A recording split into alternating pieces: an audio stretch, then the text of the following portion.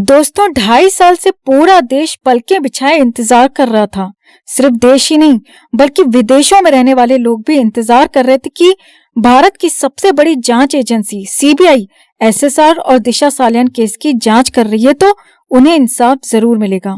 लोगों का अंधा विश्वास था कि अब कांग्रेस का जमाना नहीं है कि अब सीबीआई जिया खान केस की तरह कातिल को आसानी से छोड़ देगी। खैर, राजनीतिक पार्टियों के नाम बदलने से नेताओं का चरित्र नहीं बदलता दोस्तों। ये बात हमारे देश में कभी समझी नहीं जाएगी। दिशा सालियान केस में सीबीआई की अपडेट आ चुकी है। दिशा सालियान सुशांत सिंह राजपूत की एक्स मैनेजर थी और 8 जून 2020 को उनकी मौत हो गई, यानी सुशांत से 5-6 दिन पहले। तो उस पर कई आरोप लगे थे, या कह सकते हैं कि बातें बनी थी कि दिशा और एसएसआर की मौत में कहीं न कोई कनेक्शन जरूर है।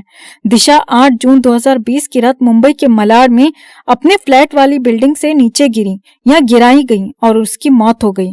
दिशा 12वीं मंजिल से गिरी थी। इस केस में सीबीआई अपडेट दे चुकी है। अभी हाल ही में अपडेट दिया और सीबीआई ने अपनी रिपोर्ट में लिखा है कि दिशा सालियान की हत्या नहीं हुई, ना ही दिशा की मौत और एसएसआर की मौत में किसी भी तरह का कोई भी कनेक्शन है। दिशा की मौत एक हादसा थी, ना कि हत्या। सीबीआई ने रिपोर्ट में आगे लिखा कि दिशा नशे में धुत थी, अपने दोस्तों के साथ पार्टी कर रही थी और पार्टी करते हुए उसका पैर फिसला और वो 12वीं मंजिल से नीचे आकर गिरी और उसकी मौत हो गई। फिर से बताते हैं, दिशा नशे में धुत थी। 12वीं मंजिल पर अपने फ्लैट में दोस्तों के साथ नशे में धुत होकर पार्टी कर रही थी।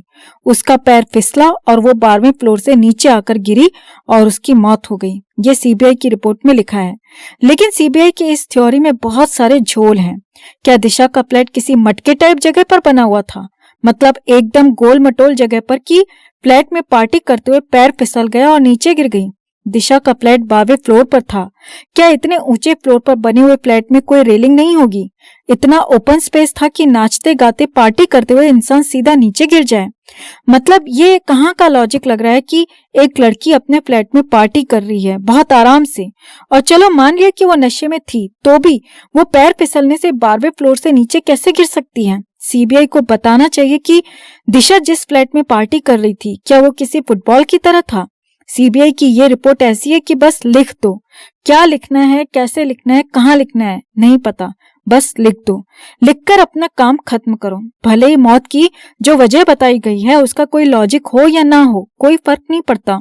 लॉजिक ना भी हो तो फर्क आखिर पड़ेगा किस पर? कौन सवाल करेगा? आम आदमी जो खुद 5 किलो राशन की लाइन में खड़ा हुआ है, या वो लोग जो सोशल मीडिया पर जस्टिस की मांग कर रहे हैं? लेकिन इनकी डिमांड या इनके सवाल से फर्क किसे पड़ेगा? स्टेट गवर्नमेंट को या सेंट्रल गवर्नमेंट को? जिन्हें लगता है कि किसी को फर्क पड़ेगा वो हाजमोला की गोली खाओ और चुपचाप सो जाओ, क्योंकि दिशा की ये जो रिपोर्ट आई है ये सिस्टमेटिक तरीके से डिस्क्लोज की गई है। इसके पीछे बहुत बड़ा कारण है। सीधे सीधे एसएसआर की रिपोर्ट बताते तो लोग सीधे तौर पर सीबीआई के साथ बीजेपी पार्टी को भी सवालों के कटघरे में खड़ा कर देते। लेकिन पहले दिशा केस में रिपोर्ट लगाई है कि दिशा की मौत एक हादसा है, ठीक दिव्या भारती की तरह और जिया खान की तरह। सुशांत से पहले दिशा की रिपोर्ट को पब्लिक करने के पीछे की सोच और मकसद को समझने की बहुत जरूरत है। पहली बात, सीबीआई ने शुरू में ही कहा था कि वो सुशांत की हत्या या मौत की जांच कर रही है। दिशा सालियान हमारी प्रायोरिटी लिस्ट में नहीं है, लेकिन फिर भी सीबीआई कह रही है कि दिशा की मौत में कोई गड़बड़ नहीं है। ये नशे में धुत थी और पैर फिसलने से मर गई। मतलब जांच शुरू ही नहीं की तो खत्म कैसे कर दी? मतलब बिना केस दर्ज करे सीबीआई किसी भी केस की जांच कर सकती है? कब से? और ये भारत में कानून कब बना? सीबीआई का ये तर्क भी मान लेते हैं कि उसने कहा कि एसएसआर और दिशा केस को कनेक्टेड बताया जा रहा था तो उन्होंने दिशा केस की जांच की, लेकिन ये भी कहा कि उन्होंने दिशा केस में केस दर्ज नहीं किया। सीबीआई की ये दलील भी मान लेते हैं, लेकिन असली केस तो एसएसआर ही था, और एसएसआर को छोड़कर दिशा केस की जांच पूरी करने की इतनी जल्दी क्यों थी? और क्यों दिशा केस में इतनी जल्दी रिपोर्ट पब्लिक कर दी?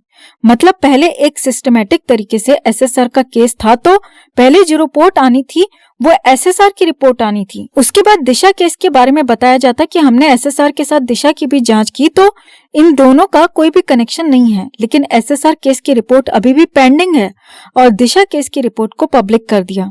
सीबीआई ने रिपोर्ट में कहा कि दोस्तों के साथ पार्टी करते हुए नशे में हादसा हुआ, लेकिन दिशा की बिल्डिंग के पास रहने वाले लोगों ने, जिन्होंने दिशा को नीचे पड़े हुए देखा था, उनके अकॉर्डिंग दिशा जब नीचे पड़ी हुई थी तब वो घायल पड़ी हुई थी। उस समय वो जिंदा थी। उस समय उसके शरीर पर एक भी कपड़ा नहीं था। यानी कथित रूप से दिशा जिस समय नीचे गिरी हुई थी वो न्यूड थी। मतलब 4-6 दोस्तों के साथ में वो बिना कपड़ों के पार्टी कर रही थी और वो सब लोग इतने नशे में थे कि कोई दिशा का पैर फिसलने से नहीं बचा पाया। दिशा के फ्लैट का जो फ्लोर था वो इतना ढलान वाला था कि उसका पैर फिसला और वो सीधे नीचे आकर गिर गई और मर गई। सीबीआई ने रिपोर्ट में यह भी लिखा है कि दिशा और सूरज पंचोली का अफेयर बताया जा रहा था, लेकिन उन्हें इसका कोई सबूत नहीं मिला और सूरज पंचोली का इस केस से कोई लेना देना नहीं है। वो पूरी तरह से निर्दोष है, बेकसूर है। जिया खान अपने बेड पर लेटी हुई थी। उसका मन हुआ, उसने फांसी लगाकर अपने आप की आत्महत्या कर ली। दिव्या भारती पूरी तरह से नशे में धुत थी। उसका बैलेंस बिगड़ा और वो खिड़की से नीचे गिर गई। इसी तरह दिशा सालियान पार्टी कर रही थी। उसका पैर फिसला और वो 12वें फ्लोर से नीचे आकर गिर के मर गई। मतलब सेम इसी तरह की जो रिपोर्ट थी दिशा सालियान केस में, वो मुंबई पुलिस ने भी लगाई थी। मुंबई पुलिस ने 2-3 महीने में जांच पूरी करके सेम यही वाली थ्योरी चेप दी थी। अब साल, 6 महीने, 1.5 साल या 2 साल में एसएसआर केस में भी एक इसी तरह की, इसी से मिलती जुलती रिपोर्ट और आएगी, जिसमें दिशा की तरह बताया जाएगा एसएसआर डिप्रेशन में था, ड्रग का आदी था, उसकी दवाइयां चल रही थी, गर्लफ्रेंड छोड़कर चली गई थी तो मेंटली परेशान था और उसने परेशान होकर सुसाइड कर लिया। हमें इस केस में कुछ भी संदिग्ध नहीं मिला। ये एक आत्महत्या का केस है और इससे ज्यादा कुछ नहीं। हमारी आज की वीडियो याद रखना दोस्तों, सीबीआई की रिपोर्ट में इससे अलग ऐसा कुछ नहीं आएगा जो आत्महत्या साबित ना करता हो। और हाँ, उस समय नेताओं का जनता को मूर्ख बनाने का खेल भी होगा, जो दिशा केस की रिपोर्ट से शुरू हो चुका है।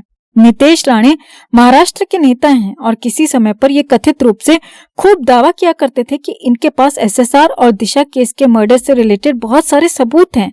इनके फादर नारायण राणे भी चीख चीख कर ऐसे ही दावे करते थे, लेकिन सिर्फ राजनीति करने के लिए मीडिया में ये दावे हो रहे थे। हालांकि ये भी खबर आई थी कि राणे ने कथित रूप से कहा था कि उसने सारे सबूत सीबीआई को सौंप दिए हैं। सारे सबूत। अब क्या हुआ उन सबूतों का? खैर, अब नितेश राणे ने दिशा सालियान रिपोर्ट के बाद एक ट्वीट किया है कि मैं दिशा सालियान केस में सीबीआई को ब्लेम नहीं करूंगा, क्योंकि सीबीआई इस केस में 72 दिन बाद आई थी और तब तक महाविकास अघाड़ी की सरकार ने सारे सबूत साफ कर दिए थे। यानी बीजेपी नेताओं का सीबीआई को कवर करना शुरू हो चुका है, ताकि सीबीआई के बहाने बीजेपी को टारगेट न किया जाए, क्योंकि कोई माने या ना माने, लेकिन सच्चाई यही है कि सीबीआई बिना सेंट्रल गवर्नमेंट के पूछे कोई भी फैसला नहीं ले सकती है। दिशा केस सिर्फ एक ट्रेलर है। अभी से सीबीआई को कवर किया जाएगा, आगे भी कवर किया जाएगा। 2 महीने बाद सीबीआई को केस मिला, ये तर्क हमेशा दिया जाएगा। लेकिन अगर सबूत साफ हो गए थे तो ये बात सीबीआई के धुरंधर ऑफिसर्स को पता करने में 2.25 साल लग गए। और एसएसआर केस में तो 2.25 साल के बाद भी ये पता नहीं चल पाया कि एसएसआर ने आत्महत्या की थी या उनका मर्डर हुआ था। सीबीआई में जो ऑफिसर्स होते हैं वो इतने धुरंधर, इतने एक्सपर्ट होते हैं कि अगर वो ईमानदारी से किसी केस की तह तक पहुंचना चाहें तो बहुत ज्यादा मुश्किल नहीं होती है। और अगर ये सीबीआई की जांच है तो फिर किस बात की सीबीआई जांच, जब मुंबई पुलिस वाली रटी रटाई कहानी को ही यहाँ पर फिर से रिपीट कराना है। कोई चोर, कोई अपराधी इतना परफेक्ट नहीं होता कि किसी केस की सच्चाई पता ना हो सके। इतिहास गवाह है कि जिस केस की जांच 2 साल, 4 साल या 5-10 साल चली, उसमें ना तो कभी कोई गिरफ्तारी हुई और ना ही उसकी सच्चाई लोगों के या दुनिया के सामने कभी आ पाई। दिशा केस में रिपोर्ट आ चुकी है, क्लोजिंग रिपोर्ट भी जल्दी लगा दी जाएगी। एसएसआर केस में वेट करते रहो, लेकिन जो हमने बोला है उससे अलग रिपोर्ट में कुछ नहीं आएगा। चाहे रिपोर्ट आ जाए या 2-4 साल बाद आए, यही बातें बोली जाएंगी। जैसे दिशा नशेड़ी बता दी, वैसे ही एसएसआर को भी ड्रग का आदी बताया जाएगा। वैसे आप भी कमेंट करके बताइएगा कि दिशा केस में सीबीआई की ये थ्योरी आपको कितनी सही और सच्ची लगती है, और क्या 12वीं फ्लोर से कोई अचानक से ऐसे फिसल कर नीचे गिर सकता है? ये भी बताएं कि एसएसआर केस में अब आपको कितनी उम्मीद है। अगर आप भी हमारी बातों से सहमत हैं तो इस वीडियो को लाइक और शेयर कर अपना प्यार और सपोर्ट दिखाएं और चैनल के साथ जुड़कर चैनल की आवाज बने।